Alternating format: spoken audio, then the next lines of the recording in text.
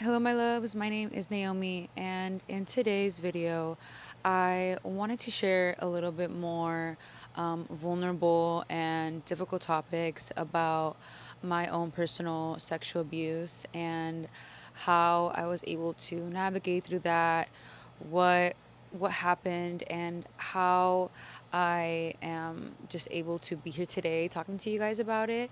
And so, yeah, just like a disclaimer, obviously, if you've gone through sexual abuse yourself, this video may be a little bit triggering or just difficult to kind of sit through. I'm not going to be going through any crazy details or anything like that, but just wanted to put that out there. But yeah, I chose to talk about this because I feel that, especially in this realm of just holistic health and just psychology and spirituality, this is what will come up. It's about going into your shadows and, wound healing and your traumatic background, and so I always feel that, especially women that have gone through just really difficult experiences are oftentimes just the most powerful and alchemizing. And so, yeah, just to share a little bit about my own experience. So, I was sexually abused as a kid from, let me restart that. I was sexually abused by my stepfather as a kid. And so this was something that was extremely difficult for me growing up. Obviously, at the time when I was a kid, you know, you're just innocent. You don't really understand what is happening, and you're really naive. And so, yeah, in the midst of that moment, like I did not know what was happening, and I don't really remember the time or age when I did understand, but what I do know is that for a long time I suppressed it. I was consistently in denial. I would just like try to really push it away and try to forget. And so, as just a kid, it was just really disturbing because I did view this person as, like a father figure. It was just really hard for me to wrap my mind around like someone could do something like that. And really, there's just a lot of really sick and ill people mentally. And so, yeah, during this time, over the years, it just became something that I was consistently hiding and I didn't tell anyone about it. So this was really, really, it was just really weighing on my heart, on your spirit. And so over time, when I was eventually a teenager, my mom actually read my dream journal, and I would always write my dreams. That's kind of how I started getting into my whole spiritual journey and things like that. And she saw that I wrote that I had had a dream about him, because, my mind was trying to process and trying to heal through what had happened from a kid. And so when she confronted me about it, I told her the truth, and this just, for so long I tried to guard this and hide this from my mom because my mother is an alcoholic and she would oftentimes just she would just binge drink, and she's a very stressful person. And God bless her, my mother, she had a very difficult upbringing and her own stories. And so I just tried to, in my mind, I just didn't want to add more things to her plate. I felt like a burden, or like, why do I have to say this? It's been so long, and it doesn't matter anymore, and it was not that serious. And I just tried to make so many different excuses and bargaining in my mind. And so after this period, it just, it really just changed my life. My mom obviously stopped being with him, and just a lot of things started coming out, and just within myself. And so this was something that I had been storing away for so long, and I was really I was really angry. I felt that I didn't have like the the justice that I wanted, It was difficult because, the word started going out in my family, and I was getting like mixed reviews, like, oh yeah, maybe she's telling the truth, maybe she's not, like all of these really, really difficult responses. That was also another like traumatic process I had to go through was, oh, like if people or my family believe me or not, or if, oh, I'm just trying to like call attention to myself. And so these were things that are really, really challenging. And I really encourage you, if you have your own story and you've gone through your own just sexual abuse, that you are able to be open about it and you're able to talk about it, because this is something that so many women don't speak up about, because there is just so much instilled shame and guilt that, it's the woman's fault or the girl, and that, what did you do to provoke, what did you do to provoke them, what were you wearing, or like this instilled sense of like, oh, it's actually not their fault, it's your fault. And so that is just so horrible and heartbreaking. And so please, please, don't let those people, or just what society tries to tell you, stop you from being honest and open about, what has happened to you, because it will eat you alive. Literally, it is just so horrible to try to keep those things to yourself. And honestly, one of my biggest like motivators and supporters on this was my partner, my boyfriend. Obviously, when we're starting to get more intimate and close, I opened up and told him about what had happened to me. And he was immediately just very like supportive, and just was felt like so like that's so horrible, you know what I mean? Like he really validated me and my experience. And so please, please, like, reach out and, tell the people that you love, your family, your friends, because the people that are meant to be in your life, when you tell them this story, they will not leave. The people that are truly there for you and love you and support you are going to know that this was something that you experienced. And no matter when you came out, no matter what happened for you to actually tell this story, it will be just liberating. And so for me, what this looked like is starting to just open up about it. Obviously, I told my mom, and then I started, telling my family. And this part was very, very difficult, because for so long I had been hiding this. And I just I had all of these like thoughts running through my mind, like, what are they gonna think? Are they gonna like believe me? Are they gonna choose like his side? What, like, I had all of these things in my mind that were trying to hold me back, but I knew that it was only right for me to be honest and open and just share my truth. And so it was extremely difficult. I cried like the whole time, and it was something that, even though it was really uncomfortable and I had to really push myself to do it, it like freed my soul, because on so many levels, just mentally, physically, spiritually, sexually, emotionally, I had been really just like pushing myself down, and this inherent sense of self-worth and my self-esteem, and like it was just really difficult.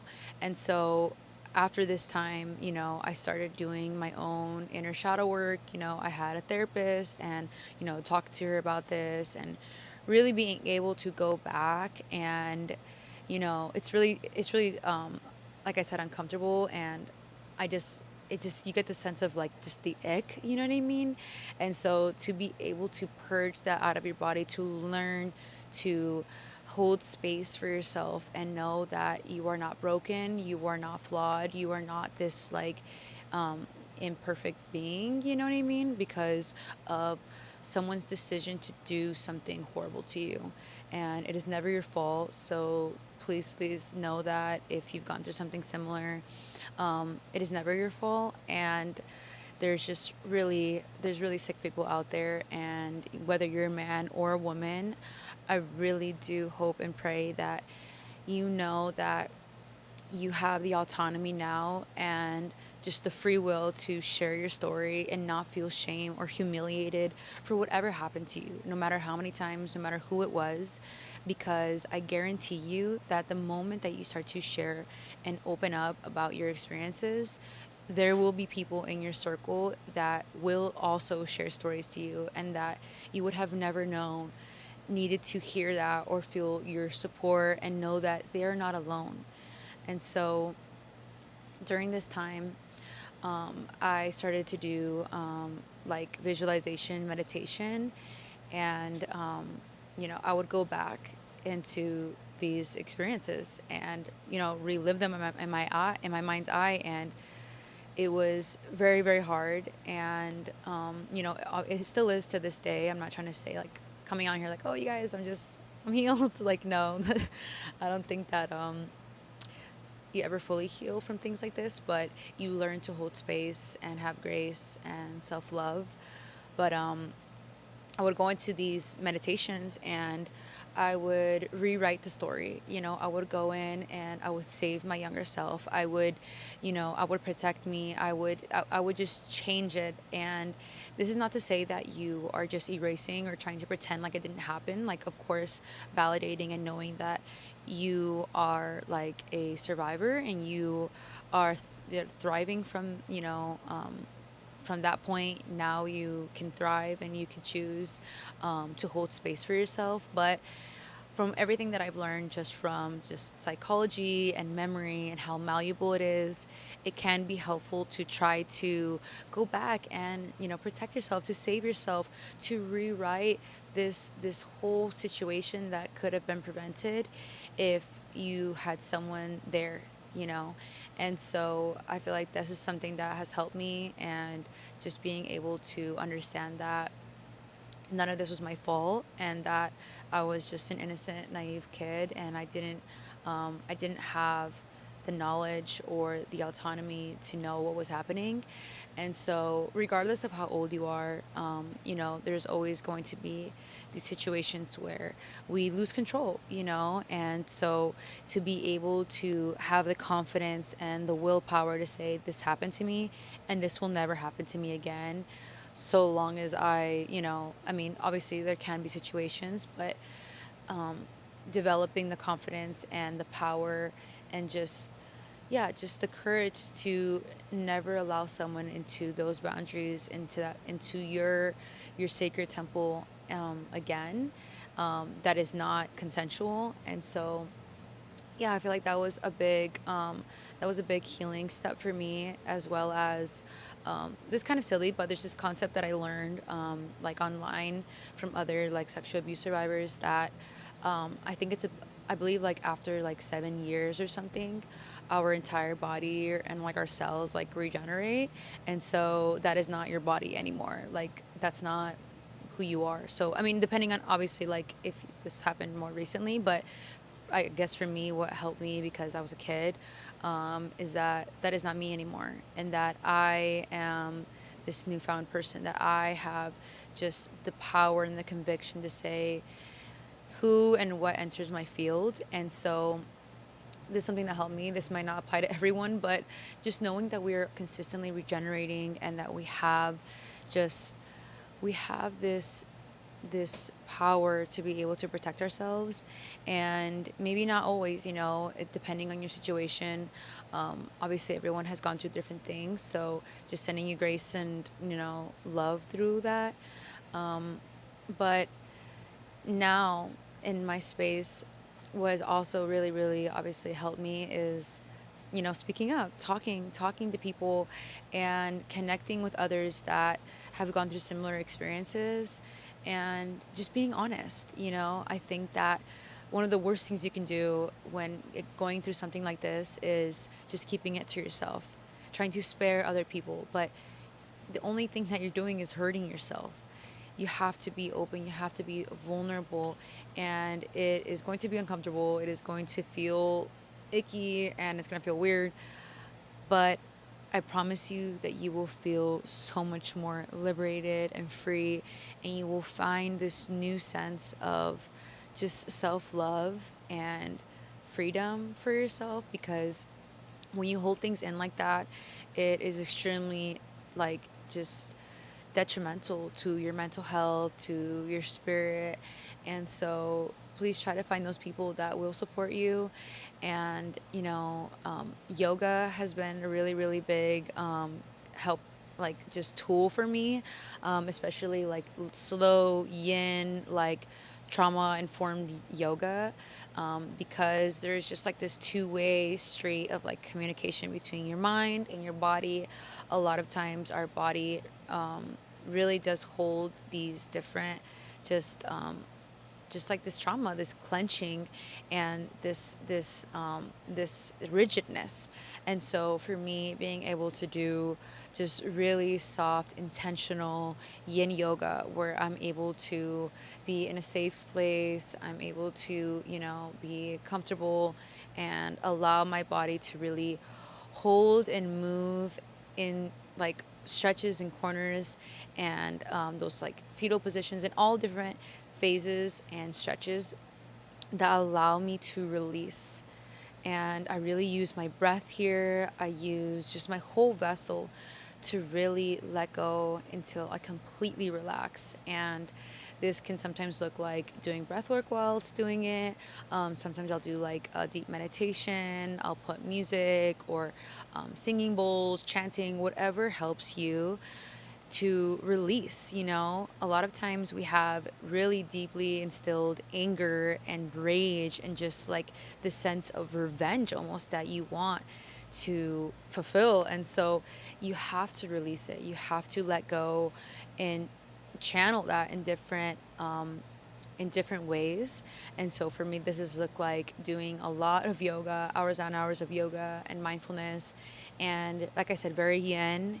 And just allow yourself to find some sort of somatic practice that will help you to release and let go. This could be karate, this could be, you running, dancing, whatever this looks like, and in any form.